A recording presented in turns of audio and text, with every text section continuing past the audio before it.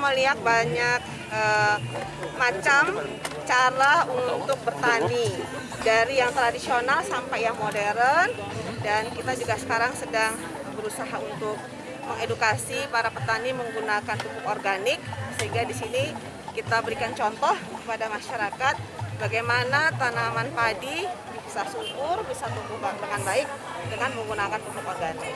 Jadi tradisionalnya dapat, budaya leluhur kita dapat, tapi juga modernisasinya juga dapat dengan pengembangan teknologi pupuk organik dan juga teknologi dari sistem penanaman. Bisa jadi destinasi edukasi, bisa jadi destinasi untuk pertanian. Nah, jadi destinasi juga untuk bunga-bunga karena di sini ada tanaman bunga-bunga seperti itu.